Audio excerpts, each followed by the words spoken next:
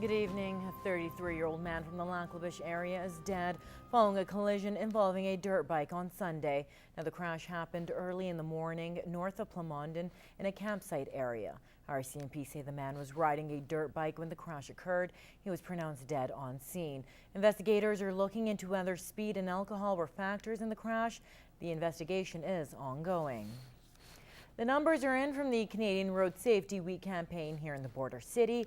Lloydminster RCMP were targeting known high fraction areas from May 13th to the 20th. In total, more than 150 tickets were written up for speeding, along with a handful of alcohol offenses. Now, police also say a large number of the tickets were handed out for distracted driving.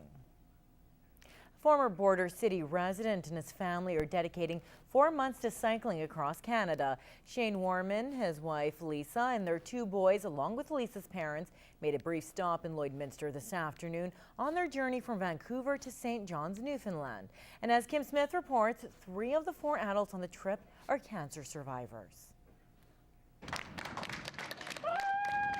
Shane Warman and his family live in Kelowna, but he grew up just outside of the border city.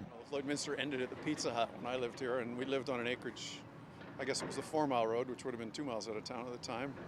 And yeah, it's development almost right from there all the way through. A group of 6 is on a tour across Canada and have seen their fair share of interesting weather so far. We started in Vancouver at 30 degrees above, which is odd for there, and thought we'd have rain, and got dumped on outside of Valemount, and this is our first big day of wind today. Shane and Lisa Warman, along with their 10 and 12-year-old sons and Lisa's parents, dipped their feet into the Pacific Ocean before leaving Vancouver on May 4th.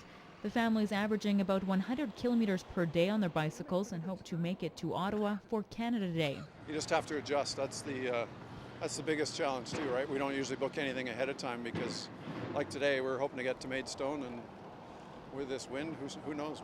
We'll certainly give it a shot, but we might end up in the ditch in Lashburn. Who knows? The gusty wind made for a challenging ride for the family of 6. They arrived in Lloydminster about an hour later than expected. I prefer bigger hills to the wind because at least you know that there's a downhill on the other side.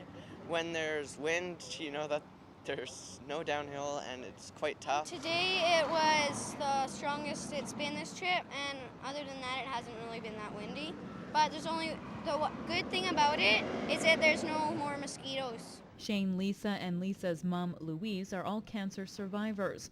Shane says Terry Fox is an inspiration to his family, and he hopes the trip across the country inspires his boys. Again, just to show the kids that you set your mind to it, you can do anything. And that's the biggest thing we get from people is, holy, I would never do that.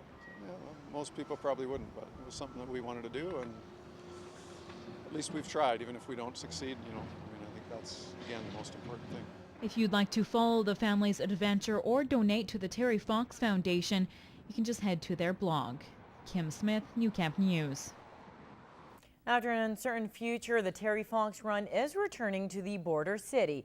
Originally lacking organizers, a couple of local volunteers have stepped up to take the reins of the charity run. Now, this isn't Les Corn's first time involved in the charity. He's helped organize it at Queen Elizabeth School for the last few years. Been putting on the Terry Fox Run here at the school level for approximately 12 to 14 years now. So I've had some time to do it here at the school level, so I thought, well, let's put it on for the city. So Corn is excited for the opportunity and says having the run on the city level is important to the community.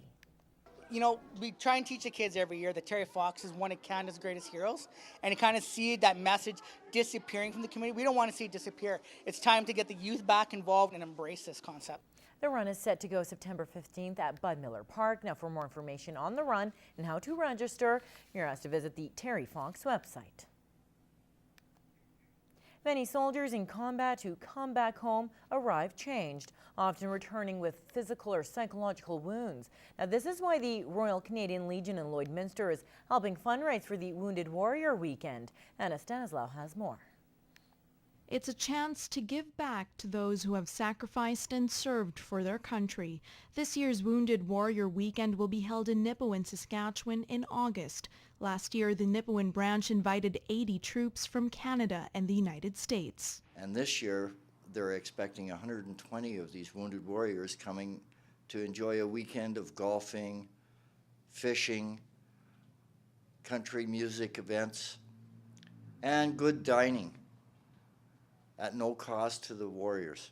The Royal Canadian Legion is helping out to fundraise for the event. The cost of bringing in each soldier is approximately $2,500. So we need to do as much as we can, showing that we appreciate what they've done for us and also what we can do for them now that they're back from the areas of conflict. The Legion will be hosting 2 events. On June 21st, they will be having a beef supper and silent auction. And on July 6th, there will be a charity disco dance to raise additional funds. You can visit the local Legion branch to purchase tickets or to donate. You're showing your support for our Canadian troops who are serving or who have served in different areas of conflict, and these people need our support. We owe it to them. For more information, you can visit the Wounded Warriors website. Anna Stanislaw, Newcap News.